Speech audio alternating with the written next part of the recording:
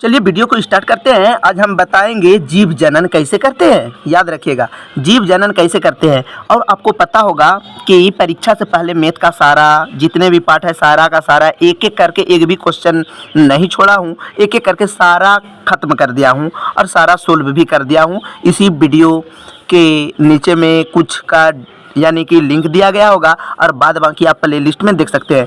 विज्ञान में भी 2 अध्याय यानी 1, 2, 3 अध्याय समाप्त हो चुका है और ये अंतिम अध्याय है, नहीं एक अध्याय और है। ठीक है, जीव जनन के बाद बायोलॉजी भी समाप्त हो जाएगा, यानी कि भौतिक शास्त्र जो है या विज्ञान का जो भौतिक शास्त्र है, फिजिक्स का जो है उसका भी समाप्त कर दिए हैं और ये भी अंतिम कगार पर है। इसके बाद एक चैप्टर बचा हुआ है, यानी कि विज्ञान भी अब लगभग समाप्त ही हो जाएगा। ठीक है, तो परीक्षा से पहले देखते हैं कि समाप्त होता है क्या नहीं होता है, इसलिए मैं एक एक करके थोड़ा फास्ट आप लोगों को बता रहा हूँ। परीक्षा काफ़ी नज़दीक है तो ध्यान दीजिएगा। किसी प्रतिकृति का बनना जनन की मूल घटना क्या होता है? डीएनए हो जाता है। ठीक है, उसके बाद दूसरा क्वेश्चन है, जब डीएनए, ध्यान दीजिएगा कि यहाँ पर ध्यान दीजिएगा, आपको जल्दी समझ में आएगा, थोड़ा बड़ा कर देते हैं। जब डीएनए की नई प्रतिकृति कोशिका के साथ समायोजित नहीं होती है तो वह कोशिका मर जाती है। आनुवंशिक गुणों का संदेश होता है डीएनए अणुओं द्वारा। हाइड्रा में अलैंगिक जनन की विधि है मुकुलन। मुकुलन द्वारा अलैंगिक जनन होता है यीस्ट में। अब आप लोगों को लगता होगा कि फास्ट क्यों बोलते हैं, जरा आप सोच सकते हैं 9, 10 और 12 का परीक्षा से पहले, यानी कोचिंग के साथ मैं पढ़ाता हूँ। ठीक है, परीक्षा से पहले 2 महीना में सारा सब्जेक्ट को समाप्त करना वो संभव वाली बात है। तो मैं क्या कर सकता हूँ, थोड़ा फास्ट बोलना ही पड़ेगा। ये सबको भी, मैथ को तो भरपूर समझाता हूँ, एगो के 5-10 मिनट लगा देता हूँ समझाने में और बेहतर तरीका से मैं बताया हूँ। इंग्लिश ग्रामर बताता ही हूँ, यानी हिंदी व्याकरण, संस्कृत व्याकरण, ये सबको तो बिल्कुल अच्छी तरीका से समझाता हूँ। अगर ये सबको भी समझाना चालू कर देंगे तो वीडियो काफ़ी बड़ा हो जाएगी और कोर्स कंप्लीट नहीं होगी। 1 महीना में तीनों सब्जेक्ट का ओल्ड सब्जेक्ट यानी तीनों क्लास का ओल्ड सब्जेक्ट समाप्त करना संभव नहीं, वो संभव वाली बात है। तब भी मैं करने की भरपूर प्रयास कर रहा हूँ। यीस्ट कोशिका किस विधि द्वारा अलैंगिक जनन करती है? मुकुलन।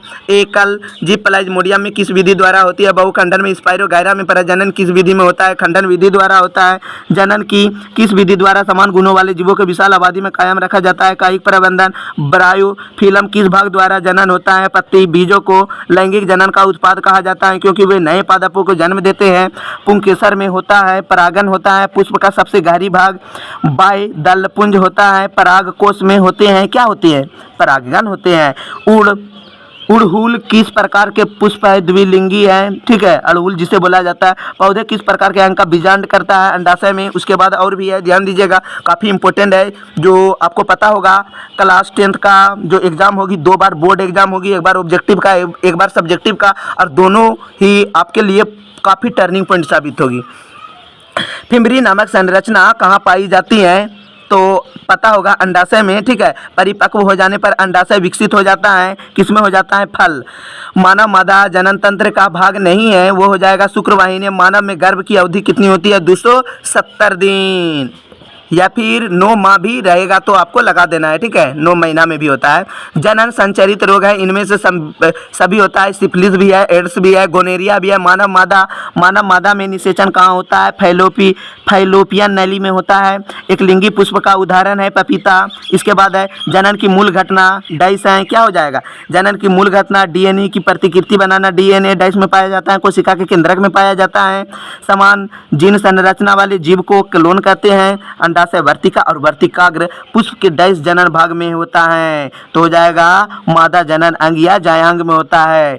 मादा, याद रखिएगा, मानव मादा में निषेचन डाइस में होता है। डिम्बवाहिनी, जिसे दूसरा नाम है, फैलोपियन नली में होती है। डीएनए कोशिका के डाइस में पाया जाता है, केंद्रक में पाया जाता है। नर तथा मादा युग्मक से मिलने वाली क्रिया डाइस कहलाती है, निषेचन कहलाती है। इसके अलावा और भी ऑब्जेक्टिव है जिसे अति लघु उत्तरीय प्रश्न के नाम से जाना जाता है। ठीक है, द्विविखंडन विधि में प्रजनन करने वाले जीव का क्या नाम है? अमीबा। बहु विखंडन द्वारा प्रजनन करने वाले एक जीव का नाम बताइए? तो प्लाज्मोडियम मलेरिया, जिसे परजीवी बोला जाता है। उसके बाद है, आप देख सकते हैं, एक ऐसे पौधे के नाम बताइए जिसमें जड़ का कायिक प्रवर्धन होता है? सगाउन। एक ऐसे पौधे का नाम लिखिए जिसमें पत्ती द्वारा वर्धी प्रजनन होता है, तो हो जाएगा ब्रायोफिल्म। बस कुछ ही और क्वेश्चन बच चुका है। उसके बाद अंतिम चैप्टर होगा ऊर्जा का स्रोत, जो कि बायोलॉजी भी समाप्त हो जाएगा।